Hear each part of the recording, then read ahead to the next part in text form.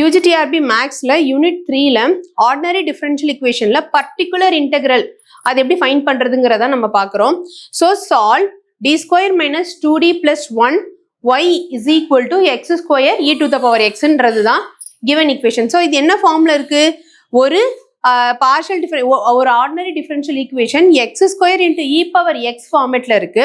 So இதுல first நம்ம என்ன பண்ணுவோம்? காம்ப்ளிமெண்டரி ஃபங்க்ஷன் ஃபர்ஸ்ட் ஃபைண்ட் பண்ணுவோம். So complementary function m square minus 2m plus 1 is equal to 0. இதை நம்ம ஃபேக்டரைஸ் பண்ணோம் அப்படின்னா m minus 1 the whole square is equal to 0ன்றது கிடைக்கும். ஸோ m ஓட வேல்யூ சேம் 1,1ங்கிறது சேம் வேல்யூ. இந்த மாதிரி சேம் வேல்யூ எக்ஸிஸ்ட் ஆகிறதுக்கான complementary function y is equal to ax plus b into e power xங்கிறது தான் இந்த ஃபார்ம். அடுத்து நம்ம இப்போ காம்ப்ளிமெண்டரி ஃபங்க்ஷன் கண்டுபிடிச்சாச்சு. அடுத்தது பர்டிகுலர் இன்டெக்ரல் கண்டுபிடிக்கிறோம். So pi is equal to 1 by d square minus 2d plus 1 into x square e power xங்கிறது தான் particular integral. இதுல e power x நம்ம இந்த சைட் கொண்டு வந்துட்டோம்னா இந்த dங்கிற இடத்துல எல்லாம் d plus 1 மாத்திரணும். ஏன்னா e power x ஓட கோஎஃபிஷியன்ட் 1. ஸோ அதனால இங்க வந்து dங்கிற இடத்துல எல்லாம் d plus 1 நம்ம கன்வெர்ட் பண்ணிடுவோம்.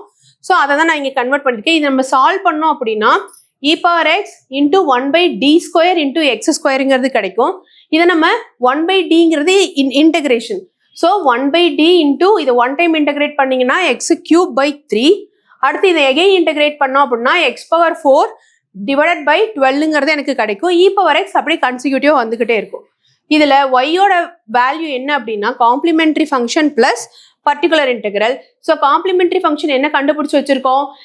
ax plus b into e power xங்கிறது காம்ப்ளிமெண்டரி ஃபங்க்ஷன். அதோட இதை அப்படியே ஆட் பண்ணோம்னா this is the solution for this d square minus 2d plus 1 y is equal to x square e power x ஈக்குவேஷனுக்கான solution. So option A is the correct answer.